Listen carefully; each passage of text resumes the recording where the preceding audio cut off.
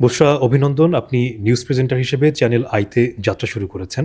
আপনার এই জার্নিটা এবং আপনার এই জার্নিতে মিডিয়া মাইন্ডস ইনস্টিটিউটের যে ভূমিকাটা সেটি একটু জানতে চাই। সর্বপ্রথম আল্লাহর কাছে লাখ কোটি শুকরিয়া যে সাফল্যটা আমি পেয়েছি, এবং আমার এই দীর্ঘ জার্নিতে মিডিয়া মাইন্ডসের অবদান অনস্বীকার্য, এবং মিডিয়া মাইন্ডসের প্রশিক্ষণের মাধ্যমেই কিন্তু আজকে আমি এখানে কথা বলছি, এখানে আমি আমার অনুভূতিগুলো শেয়ার করতে পারছি এই পর্যায়ে এসে। মিডিয়া মাইন্ডসের প্রশিক্ষণ নেওয়ার সময় তারা এত সুন্দরভাবে সবাইকে গাইড করে এবং সবার উচ্চারণের দিকটা খুবই প্রাধান্য দেয়, এবং দেখা যাচ্ছে যে প্রত্যেকটা রিডার্স পড়ার সময় কার উচ্চারণে কোথায় ভুল হচ্ছে, একদম ছোট থেকে ছোট সবাই কিভাবে করে পড়লে আরো ভালো ডেলিভারি দিতে পারবে, একটু দরাজ গলায় পড়া, এভরিথিং ছোটখাটো বিষয়গুলো তারা এমনভাবে ধরিয়ে দেয় যে একটা স্টুডেন্ট ভালো করতে বাধ্য।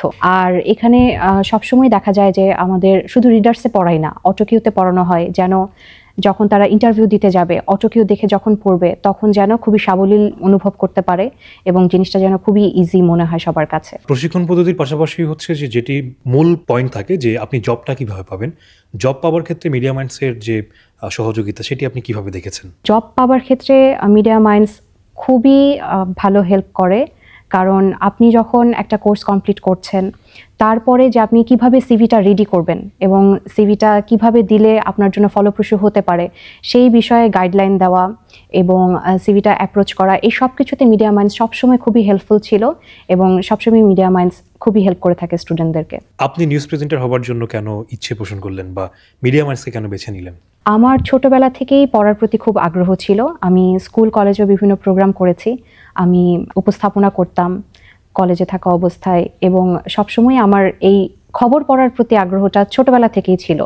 এবং তারপরে আমি একদিন হুট করে ফেসবুক যখন স্ক্রল করছিলাম, একটা সেমিনারের আয়োজন করা হয়েছিল মিডিয়া মাইন্ডস ইনস্টিটিউট থেকে, এবং সেই সেমিনারে আমি যখন যাই, অংশগ্রহণ করি, সেখান থেকেই দেখা যাচ্ছে যে আমি আরও বেশি জানতে পারি টিভিতে খবর পড়ার সম্পর্কে, এবং সেখান থেকে আমি গাইডলাইনগুলো পেয়েছি।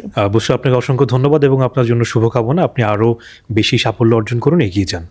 ধন্যবাদ, অনেক ধন্যবাদ।